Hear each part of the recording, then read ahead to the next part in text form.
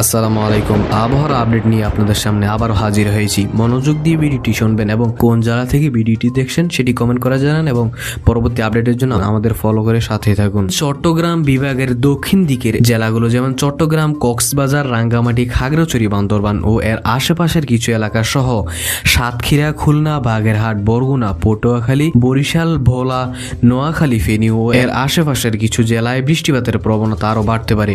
আগামী 22 থেকে 28 তারিখের মধ্যে এইসব জেলায় বেশ কিছু স্থানে দফায় দফায় ভারী বর্ষণ হতে পারে।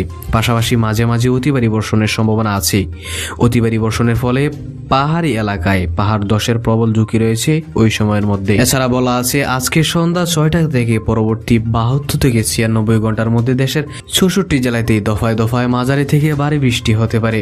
এর মধ্যে কয়েকটি জেলায় ভারী থেকে অতি ভারী বর্ষণের সম্ভাবনা আছে। বিশেষ করে চট্টগ্রাম, কক্সবাজার, রাঙ্গামাটি, খাগড়াছড়ি, বান্দরবান, ফেনী, নোয়াখালী, লক্ষ্মীপুর, কুমিল্লা, বরিশাল, পটুয়াখালী, ভোলা, বরগুনা, বরিশাল, ঝালকাঠি, ফিরোজপুর, চাঁদপুর, মাদারীপুর, শরীয়তপুর, ফরিদপুর, গোপালগঞ্জ, নড়াইল, ঝিনাইদহ, যশোর, খুলনা, সাতক্ষীরা, বাগেরহাট, সুনামগঞ্জ, সিলেট, মৌলভীবাজার, নেত্রকোনা জেলায় কয়েক দফা ভারী থেকে অতি ভারী বর্ষণ হতে পারে।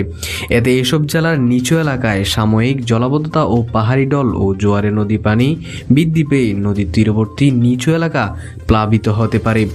এছাড়া পাহাড়ি এলাকায় পাহাড় ধসের প্রবল ঝুঁকি রয়েছে।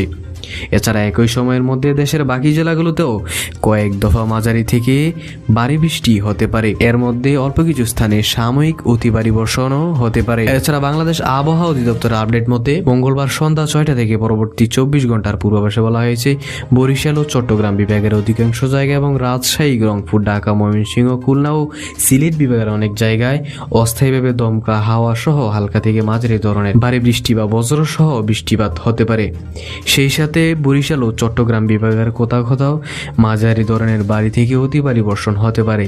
সারা দেশের দিন এবং রাতের তাপমাত্রা প্রায় অপরিবর্তিত থাকতে পারে। পরবর্তী আপডেট পেতে আমাদের সাথে থাকুন।